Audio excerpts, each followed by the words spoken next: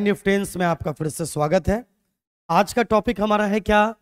आज हम लोग पढ़ने जा रहे हैं सप्लाई। देखिए, इससे पहले आप लोग ऑलरेडी पढ़ चुके हो डिमांड। प्रीवियस लेक्चर में आप देख सकते हैं कि डिमांड वहां पे डिस्कशन किया जा चुका है और इसके डिस्क्रिप्शन में उसका लिंक भी आपको मिल जाएगा। सप्लाई को बेहतरीन ढंग से समझने के लिए डिमांड को आपको समझ लेना चाहिए। Demand, law of demand and elasticity of demand. समझ रहे हो क्या? ये सारी चीजों को आप समझ लें। इसी सीरीज में इसी तरह से आगे हम बढ़ेंगे सप्लाई को लेते हुए कि what is supply, factors affecting supply, law of supply, exceptions of law of supply and elasticity of supply. ये सीरीज है। डिमांड सीरीज कंफर्म कीजिए, सप्लाई सीरीज अपने आप कंफर्म हो जाएगा। बस थोड़ा सा दिमाग लगाना है। देखो, डिमांड के लिए हमने क्या पढ़ा था? मैं सप्लाई समझाने के लिए डिमांड को एक बार रिपीट कर देता हूं। डिमांड के लिए हमने क्या पढ़ा था कि जब कोई व्यक्ति, किसी या कोई पर्सन किसी चीज को खरीदने की डिजायर रखता हो, परचेस करने का उसका डिजायर हो, उसके बाद उसके पास रिसोर्सेस यानी सोर्स मौजूद हो, सर्टेन टाइम में सर्टेन प्राइस पे खरीदना चाहता हो, है ना, और साथ में वो चीजें अवेलेबल हो, वो चीज अवेलेबल हो जो वो खरीदना चाहता है, तो इसे डिमांड कहते हैं। उसी तरह वहां पे 5 चीजें हैं ना। सप्लाई के डिफिनेशन में 3 चीजें आपको देखना है। समझ रहे हो? सप्लाई में कितनी चीजें देखनी है? 3 चीजें। और 3 चीजें क्या है, एक बार आप समझने की कोशिश करें। इन 3 चीजों में आपको देखना यह है कि जो सप्लाई, जस्ट अ मिनट, यहां पर आपको दिमाग ये लगाना है कि जो सप्लाई की बात अगर हम करेंगे तो सप्लाई का मतलब है कि जब आप रेडी रहते हो सेल करने के लिए, ध्यान से देखिए, सर्टेन टाइम में सर्टेन प्राइस पर, तो इसे सप्लाई कहते हैं। मैं आपको एक एग्जांपल देता हूं, इजीली समझ में आ जाएगा। एक व्यक्ति का एक गोडाउन है या दुकान है, मैटर ये नहीं करता, उसके शॉप में या गोडाउन में चीजें भरी पड़ी है, रखी हुई है, बट वो उसे बेचने को तैयार नहीं है, तो इसे क्या बोलेंगे? स्टॉक बोलेंगे। ये सप्लाई नहीं है, ये क्या है बोलो? स्टॉक है। उसमें से जितना बेचने को वो तैयार रहेगा ना, उसे सप्लाई बोलेंगे। आपको मैं एक एग्जांपल, इंटरेस्टेड एग्जांपल देता हूं। प्याज की कीमत, अब आराम से देखोगे ना तो समझ में आ जाएगा। प्याज की कीमत इससे पहले भी, कुछ साल पहले, अब देखोगे तो आपको अंदाजा होगा, या आप पेरेंट्स से डिस्कशन करोगे तो बताएंगे कि प्याज की कीमत 150 और 200 प्रति केजी के आसपास हो गया था। क्या रीजन था? क्या उस वक्त प्रोडक्शन नहीं हुआ था? उस साल प्याज का, मतलब रॉ ओनियन की बात कर रहा हूं, क्या प्याज का प्रोडक्शन नहीं हुआ था? हुआ था। हैरानी इसी बात की थी कि पूरे देश में प्रोडक्शन प्याज का ठीक ठाक हुआ, फिर प्याज की कीमत इतनी ज्यादा क्यों बढ़ गई? उसका रीजन क्या था? सिंपल रीजन मैं बताऊं। रीजन ये था कि जितने भी किसान थे जो प्याज की उपज करते हैं, उनके प्याज को बड़े बड़े काला बाजारी करने वाले लोगों ने खरीद लिया, है ना। देखो, ध्यान से समझने की कोशिश करो। इकोनॉमिक्स में बहुत मजेदार चीज है। मैं सिर्फ सप्लाई का डिफाइन करके आपको छोड़ देना नहीं चाहता हूं, और मैं आपको स्लाइड्स दिखा दिखा के फैक्टर्स दिखा दूं, रटवा दूं, और आप समझो, आपको लगेगा सप्लाई पढ़ लिए तो ठीक है, एग्जाम में अगर आएगा तो रटने वटने के हिसाब से आप लिख दोगे, लेकिन दिल से खुशी महसूस नहीं होगी समझने वाले। तो देखो क्या हुआ, जितने भी किसान जो प्याज की उपज करते हैं, उन किसानों से प्याज को लोगों ने खरीद लिया। कौन लोग? जो काला बाजारी करते हैं, और ये देशद्रोह काम भी है, बता देता है। प्याज को खरीद कर कम दाम पर 5 रुपए 6 रुपए प्रति किलो खरीद लेते हैं ये किसानों से। 10 रुपए 12 रुपए तो बहुत हो गया। ये खरीद कर क्या किए? सारे प्याज को लाकर कहां पर? एक जगह पर स्टॉक कर दिए बड़े बड़े कालाबाजारों ने, कालाबाजारी करने वाले लोगों ने। अब गौर कीजिए क्या किया, किसानों के प्याज को लाकर यहां पर कर दिया पैक। मतलब ये क्या है? स्टॉक। इससे समझ में आ जाएगा। मतलब कि स्टॉक में लाकर ब्लॉक कर दिया, ब्लॉक कर दिया, स्टॉक कर दिया, और क्या रोक दिया? सप्लाई रोक दिया। समझ रहे हो? स्टॉक और सप्लाई, मतलब सप्लाई का मतलब क्या है? जब कोई विक्रेता, सेलर गुड्स को बेचने को तैयार रहता है सर्टेन टाइम में सर्टेन प्राइस पर, तो इसे सप्लाई कहते हैं। कीवर्ड क्या है? वो बेचने को तैयार रहना चाहिए। आपके पास गुड्स है तो गुड्स का रहना काफी नहीं है। सप्लाई करने का मतलब है कि मैं चीजों को बेचना चाहता हूं, देन इसकी सप्लाई है। अगर मैं बेचने को ही तैयार नहीं हूं तो सप्लाई नहीं है।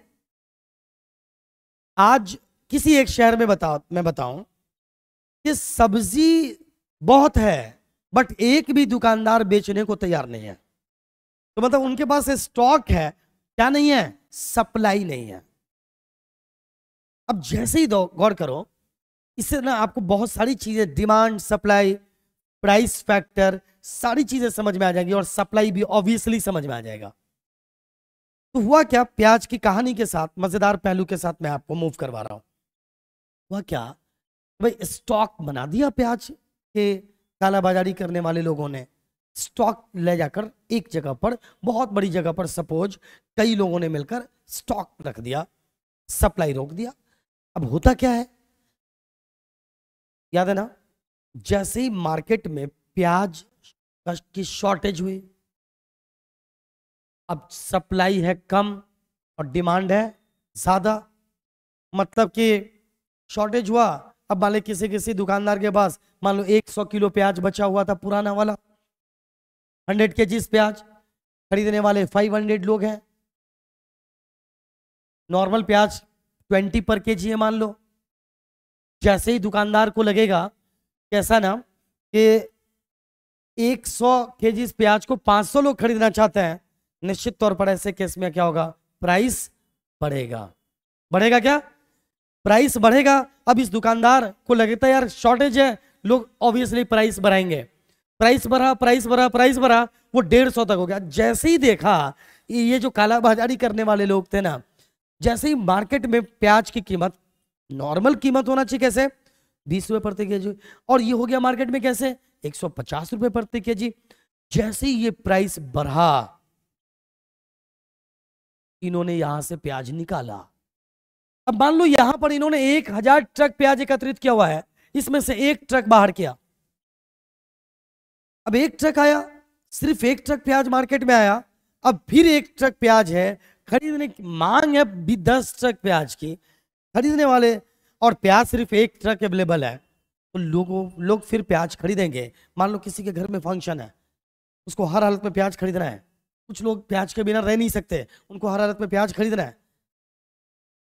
नॉर्मली हर घर में प्याज की जरूरत है और डेली बेसिस पे जरूरत है। अरे नहीं, ज्यादा थोड़ा तो यूज करेंगे, ठीक है। डिमांड सब उस वक्त प्राइस बढ़ने पे डिमांड घट गया होगा प्याज का या नहीं? लॉ ऑफ डिमांड क्या कहता है? यस, घट गया होगा। लेकिन देखो यहां पर सप्लाई रोकने की वजह से क्या हो गया? प्राइस क्या हो गया? बढ़ गया। सप्लाई कम, कंपैरेटिवली डिमांड ज्यादा, ऑब्वियसली प्राइस बढ़ जाएगा। क्या समझ में आया आपको? सप्लाई का डेफिनेशन समझ में आ गया? जब कोई दुकानदार एक सर्टेन टाइम में सर्टेन प्राइस पे अपने गुड्स को बेचने को तैयार रहता है, देन इसे सप्लाई कहता है। सप्लाई का मतलब नहीं सिर्फ दुकान खुली हुई है तो सप्लाई है, उसको बेचने को तैयार रहना जरूरी है। देन सप्लाई का मतलब समझ में आ गया? नॉर्मली प्याज की कीमत क्यों नहीं बढ़ती है? नॉर्मल कैसे रह जाता है? किसान ने प्रोडक्शन किया और उसको भी पैसे की जरूरत है, उसने मार्केट में बेच दिया। डिमांड और सप्लाई अगर बैलेंस्ड बना हुआ है ना, डिमांड और सप्लाई अगर बैलेंस्ड है तो निश्चित तौर पे प्राइस राइज नहीं होगा। तो जितनी डिमांड है उतना सप्लाई भी है, प्राइस हाइक नहीं होता है। समझ में आई बात? सप्लाई मतलब किसान बेचने को तैयार रहे। अब आइए नेक्स्ट पॉइंट पर, अगर आप गौर से देखेंगे तो आप अगला पॉइंट चेक करते हैं। अब है सप्लाई। वही जो मैं अभी सप्लाई बता रहा था उसका डिफिनेशन थोड़ा चेक कर लेते हैं हम लोग। डिफिनेशन चेक करें तो डिफिनेशन है, supply refers to the quantity of a commodity offered for sale. क्या कहा जा रहा है? Offered for sale at an given price in a given market at a given time. मैंने क्या कहा? क्या?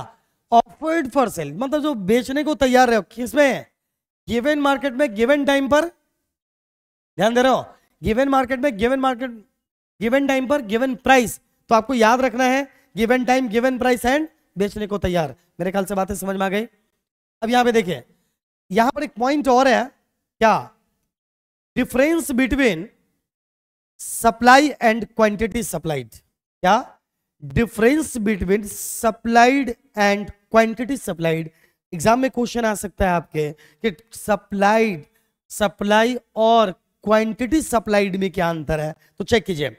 Supply refers to different quantities of goods supplied at different price, whereas quantity supplied refers to a different quantity to be supplied at a particular price। ये तो मैंने अभी आपको बता दिया, ये किसका डिफिनेशन है? सप्लाई का डिफिनेशन है। फाइनली आपने क्या समझा? मैंने आपको प्याज का डिफिनेशन इसलिए दिया कि सप्लाई समझ में आ जाएगा। तो प्याज का प्राइस क्यों बढ़ गया था? प्याज का एग्जांपल इसलिए दिया ना, तो प्याज का प्राइस क्यों बढ़ गया था? क्योंकि उसके सप्लाई को रोक दिया गया था। सप्लाई कम, डिमांड ज्यादा, बढ़ गया क्या? प्राइस। और कभी भी ऐसा ही होता है। मैं आपको फिर एक एग्जांपल देता हूं। आम के सीजन में जब सीजन का मेन टाइम आता है ना, जिस साल खूब आम नेचुरली फलता है और सीजन रहता है, उस टाइम पे आम का प्राइस कम रहता है। क्यों? क्योंकि उसका सप्लाई ज्यादा होता है और डिमांड कंपैरेटिवली उतना नहीं होता जितना सप्लाई रहता है। तो प्राइस क्या हो जाता है? घटने लगता है। फिर जैसे जैसे सीजन गायब होने लगता है ना, तो आम कम और डिमांड लोग करते रहते हैं, तो इसलिए क्या होता है? आम का प्राइस बढ़ जाता है। और फिर दूसरे पहलू से देखो तो जैसे आम का प्राइस बढ़ता है तो डिमांड कम हो जाता है। तो डिमांड, सप्लाई और प्राइस को एक पॉइंट पे लाकर अगर नहीं देखोगे ना तो डिमांड समझ में आएगा ना सप्लाई समझ में आएगा। तो दोनों को समझिए तो बहुत मजेदार फैक्टर लगेगा आपको। तो फाइनली सप्लाई का डिफिनेशन आपने देख लिया। अब हम क्या देखेंगे? सप्लाई। अगला पॉइंट चेक कर देते हैं, difference between supply and quantity supplied. Difference between supply and quantity supplied. तो डिफरेंट देखिए, supply refers to different quantities of goods supplied at a different price. Clear? whereas quantity supplied refers to a definite quantity to be supplied at a particular price। Quantity supplied का मतलब definite quantities है। Quantity supplied मतलब कि definite quantity को जब एक particular price पर आप बेचने को तैयार है ना, देन इसको बोलते हैं क्वांटिटी सप्लाइड। याद रहेगा? फिर से आप चेक करिए। आपूर्ति का तात्पर्य विभिन्न कीमतों पर आपूर्ति की जाने वाली वस्तुओं की विभिन्न मात्रा से है। विभिन्न, बहुत सारी चीजों में सप्लाई में ओवरऑल बात करता है, लेकिन यहां पर पर्टिकुलर बात करेंगे। देखिए, जबकि आपूर्ति की गई मात्रा का तात्पर्य किसी विशेष कीमत पर आपूर्ति की जाने वाली निश्चित मात्रा से है। किसी खास प्राइस पर जब हम एक सर्टेन मात्रा में, है ना, समझ रहे हो क्या, चीजों को डिफरेंट क्वांटिटी में कह सकते हो। जब हम चीजों को सप्लाई करते हैं यानी बेचने को तैयार रहते हैं, तो इसे हम क्या बोलते हैं? क्वांटिटी सप्लाइड कहते हैं। डन? ये भी चीजें आपके एग्जाम में पूछी जा सकती है। Next point. अब difference between stock and supply मैं आपको ऑलरेडी समझा चुका हूं। स्टॉक मतलब अवेलेबल चीजें जब हमारे यहां रखी हुई है उसको स्टॉक, और जब उसी स्टॉक में उसको बेचने को तैयार हो जाता है तो वो क्या है? सप्लाई। एग्जाम्पल, हमारे पास 100 बोरी चावल है, 100 बोरी चावल है, गोडाउन में रखा हुआ है। तो जैसे ही मैंने गोडाउन में लाके रखा, क्या कोई ये जरूरी है कि उसका सप्लाई है? नहीं। और मैं 100 बोरी चावल बेच देना चाहता हूं, तो स्टॉक कितना बोरी? 100 बोरी, और सप्लाई भी कितना बोरी? 100 बोरी।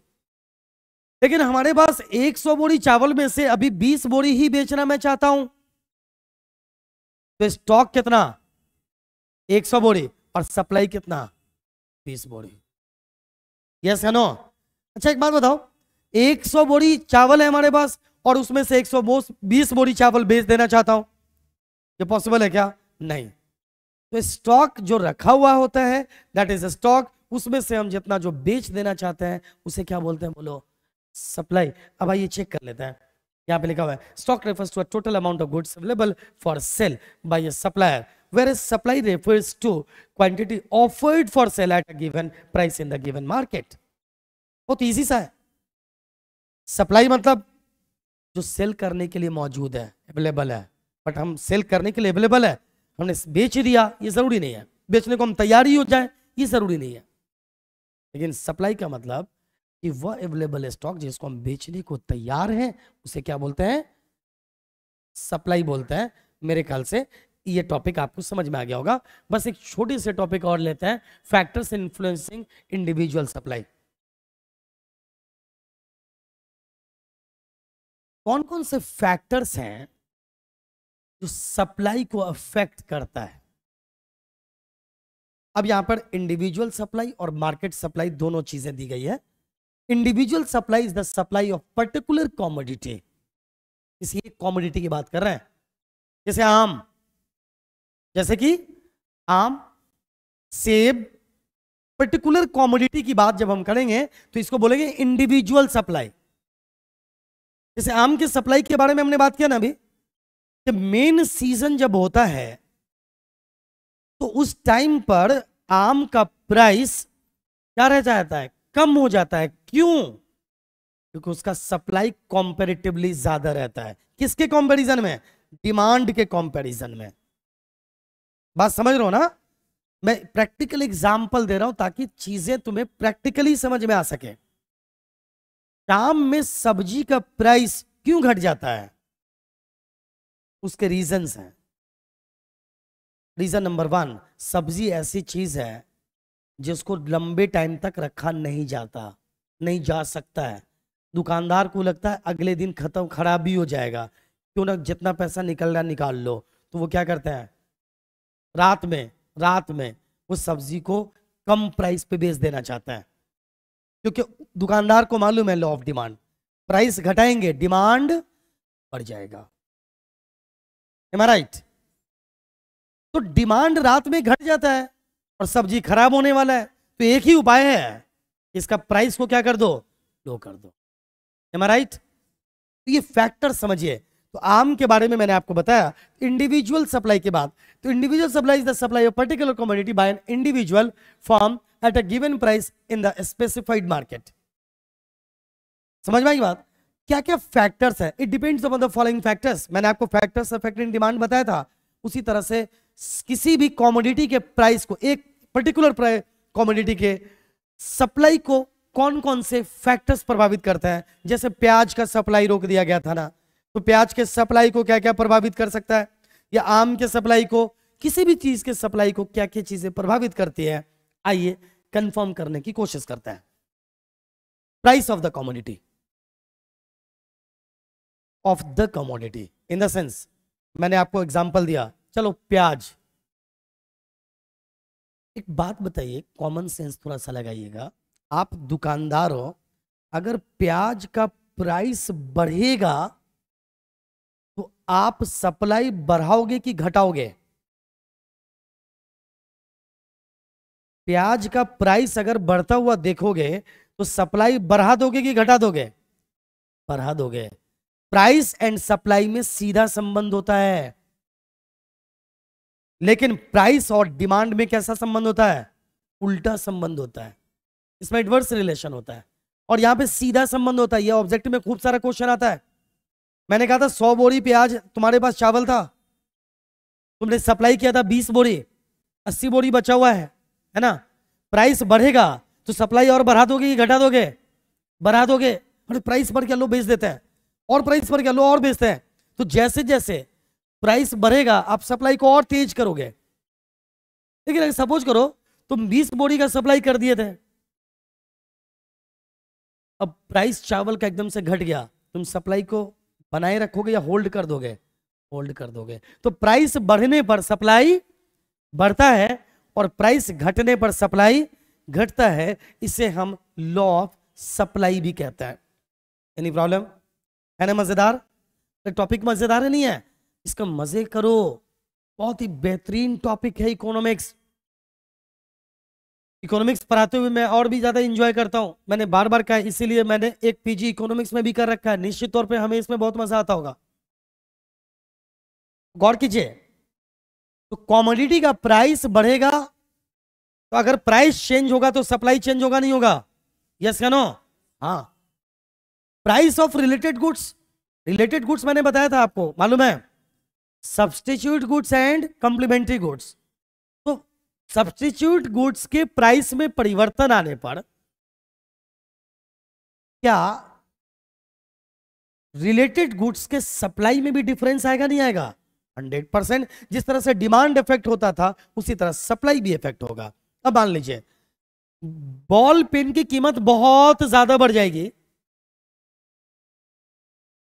तो बॉल पेन की सप्लाई बढ़ने लग जाएगा कि घटने लग जाएगा? बढ़ेगा। बट जेल पेन, अब देखो, बॉल पेन की कीमत बढ़ेगी तो दूसरी तरफ दुकानदार बॉल पेन को बेचने को तैयार रहेगा, यस या नो? अब जैसे ही मूव करेंगे ग्राहक जेल पेन की ओर, तो जेल पेन का भी प्राइस धीरे धीरे बढ़ना स्टार्ट हो जाएगा क्या? यस। तो निश्चित तौर पर जब जेल पेन की ओर आएंगे तो अब जेल पेन का सप्लाई बढ़ जाएगा। Next point, price of factors of production.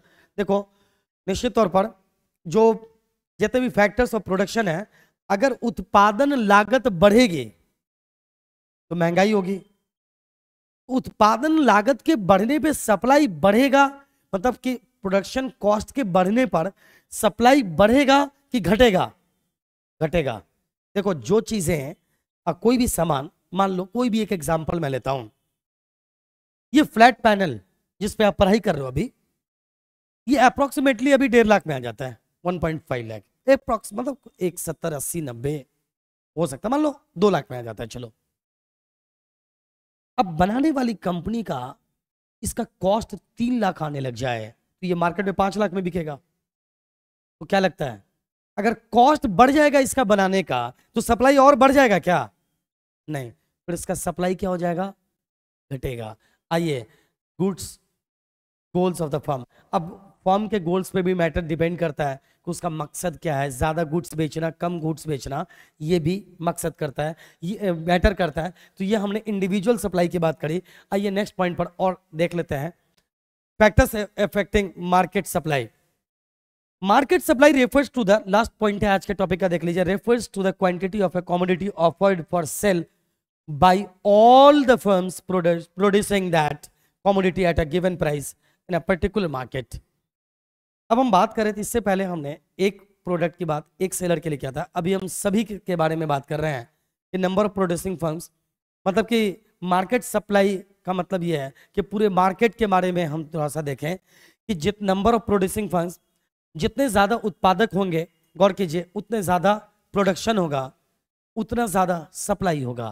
Production, अभी प्रोड्यूसर ही कम है तो प्रोडक्शन कम होगा, तो निश्चित तौर पे सप्लाई भी कम हो जाएगा। एक्सपेक्टेड चेंज इन प्राइस, कीमतों में अपेक्षित बदलाव। ध्यान से देखिए, एक बात बताएं, अगर दुकानदार को लगेगा कि फ्यूचर में प्राइस बढ़ने वाला है तो सप्लाई वो रोकेंगे कि और बढ़ा देंगे? सप्लाई को रोक देंगे, क्योंकि उनके दिमाग में क्या है, अभी मत बेचो, आने वाले दिनों में ये बढ़ने वाला है, निश्चित तौर पे वो सप्लाई को रोक देंगे। लेकिन अगर दुकानदारों को लगेगा कि यार आने वाले दिनों में सप्लाई मतलब सॉरी प्राइस घटने वाला है, तो वो सप्लाई क्या करेंगे, क्या सोचेंगे, जल्दी जल्दी बेचकर चीजों को खत्म कर दिया जाए, बस मामला खत्म है। टैक्सेस एंड सब्सिडीज, देखो, टैक्स किसी चीज का बहुत ज्यादा बढ़ा दो, मान लो कैमरा है, कैमरा पे सरकार, जैसे मैं एक एग्जांपल बताता हूँ, हमारे देश में कार कितने का बिकता है, एक कार जो 10 लाख में हमारे यहाँ मिल जाता है, वो हमारे पड़ोसी देश में 30 या 30 लाख में मिलता है।